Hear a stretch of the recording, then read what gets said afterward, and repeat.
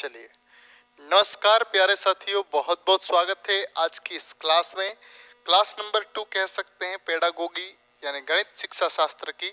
कल हम लोगों ने यहाँ पर क्लास को ऑफ किया था, आज की क्लास को यहीं से जारी करेंगे।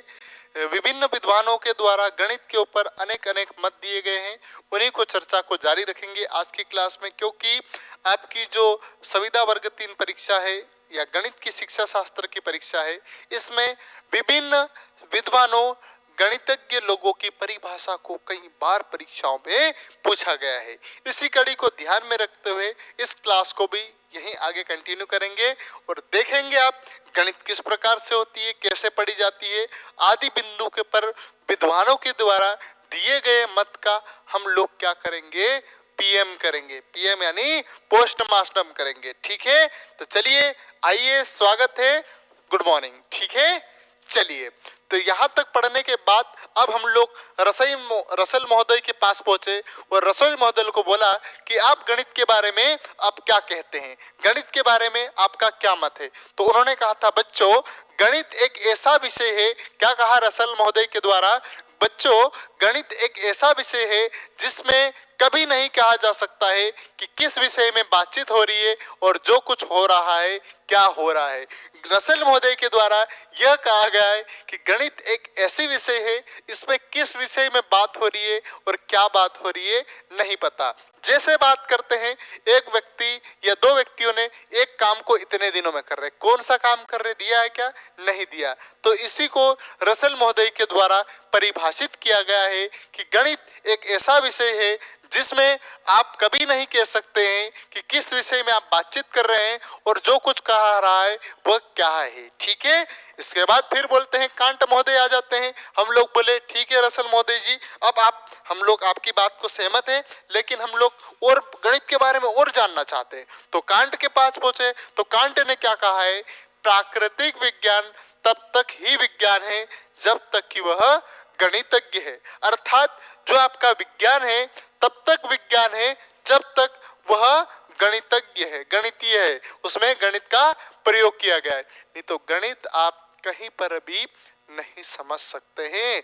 यानी नेचुरल साइंस इस क्या है, तब तक साइंस है जब तक उसमें गणित या मैथमेटिक्स है।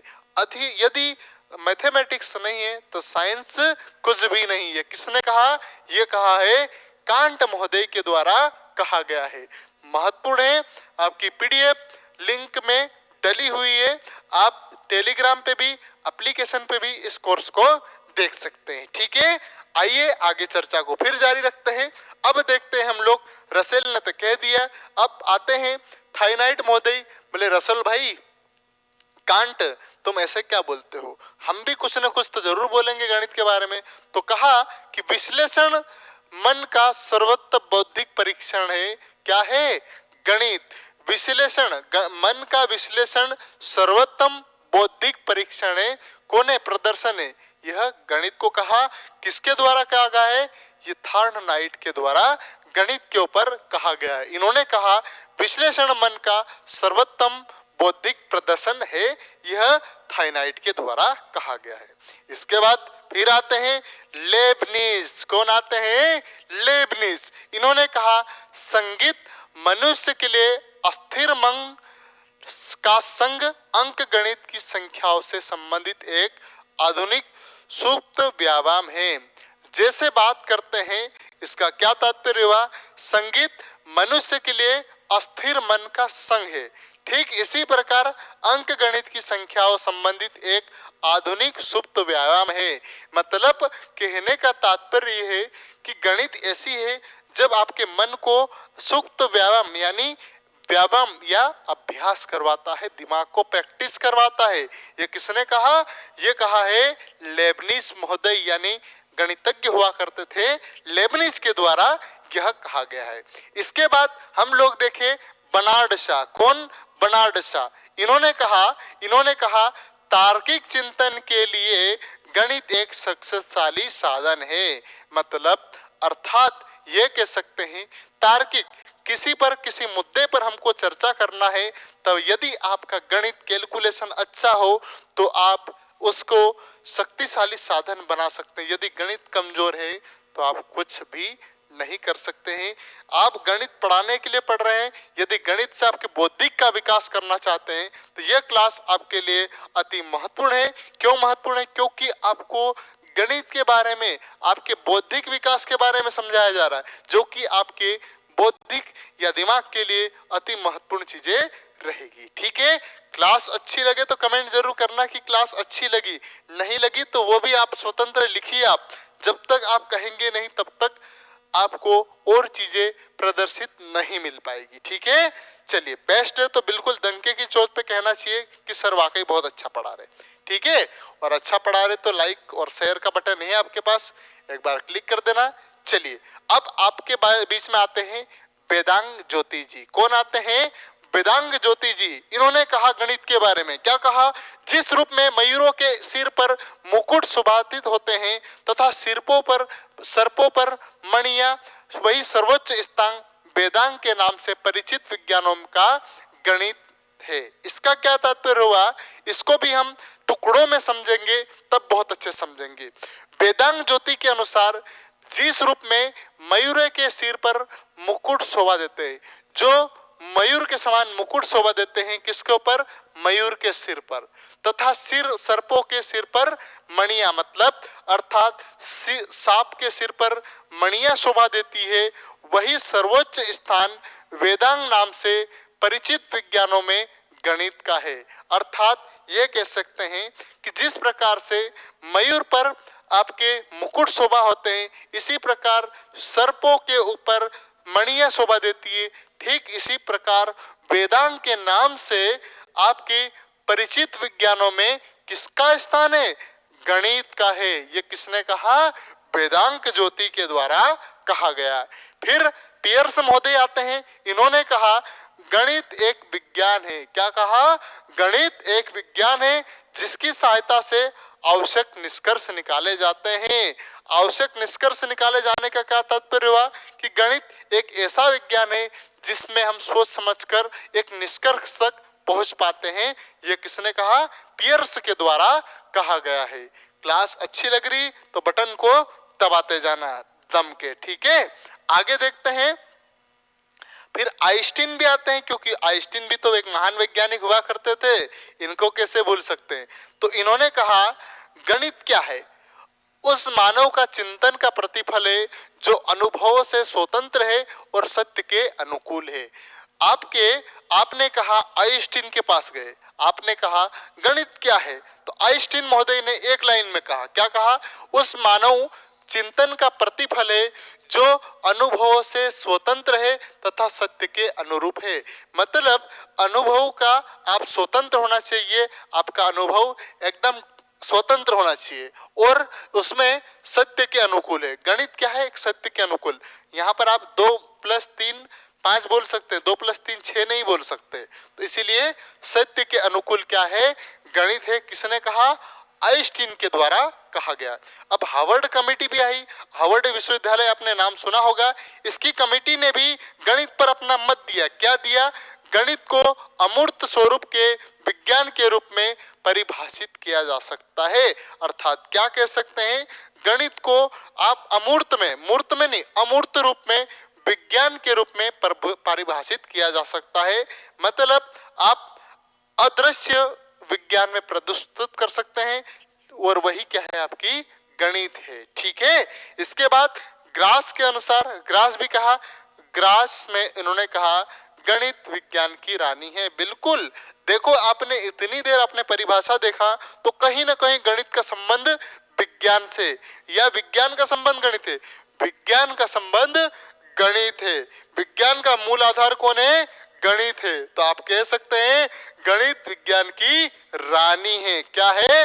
रानी है। जैसे आपकी रानी आने वाली है, ठीक इसी प्रकार गणित भी विज्ञान की रानी है। ठीक है, चलिए आगे देखते हैं और कुछ बचा हुआ है।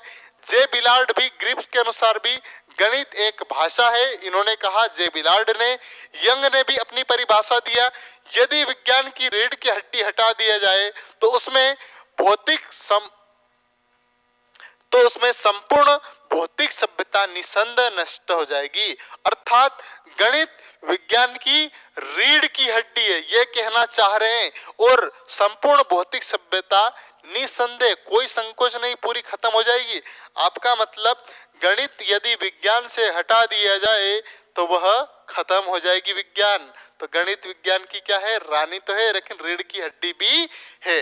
इसके बाद लिंडसे भी कहते हैं गणित भौतिक विज्ञानों की वह भाषा है और निश्चित ही मानव के मस्तिष्क में उत्पन्न इससे उत्तम अन्य कोई भाषा नहीं है।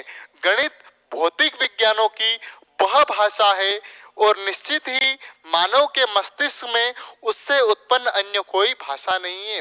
गणित भौतिक विज्ञान की भाषा है और इसके अलावा कोई दूसरी भाषा मानव के मस्तिष्क में उत्पन्न नहीं हो सकती है।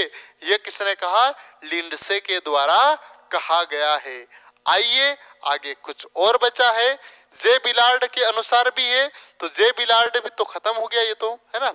अब कुछ निष्कर्ष निकालेंगे हम लोग इस आधार पे कि इनके बयानों के आधार पर हम निम्न स्तरों पर गणित की परिभाषा को आपके सामने उपलब्ध करवा सकते हैं। तो यहाँ पर निष्कर्ष क्या निकलता है, इतने सारे महान विद्वान वैज्ञानिक गणितज्ञ हुए, उन्होंने अपने मत तो दे दिए, लेकिन हमें एक फाइनल परिभाषा भी तो बनाना है। तो फाइनल परिभाषा क्या होगी, गणित सभी विज्ञानों की जननी है।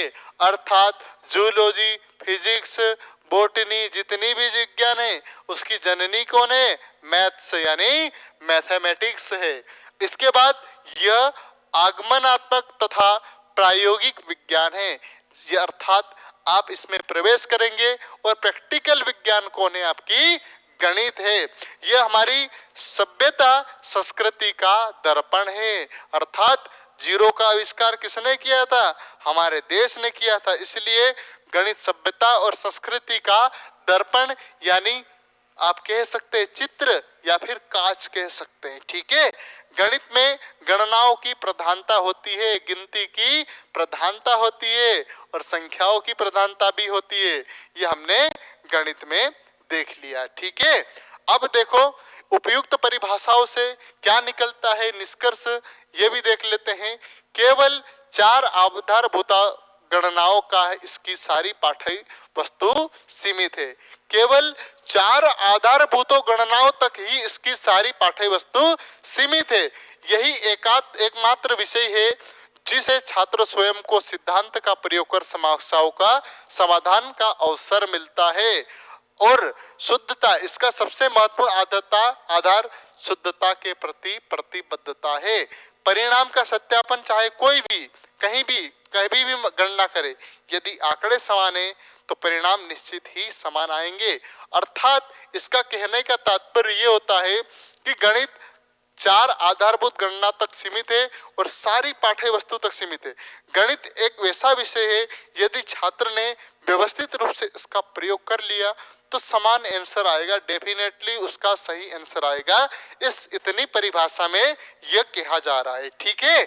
चलिए आगे देखेंगे और कुछ बंधु।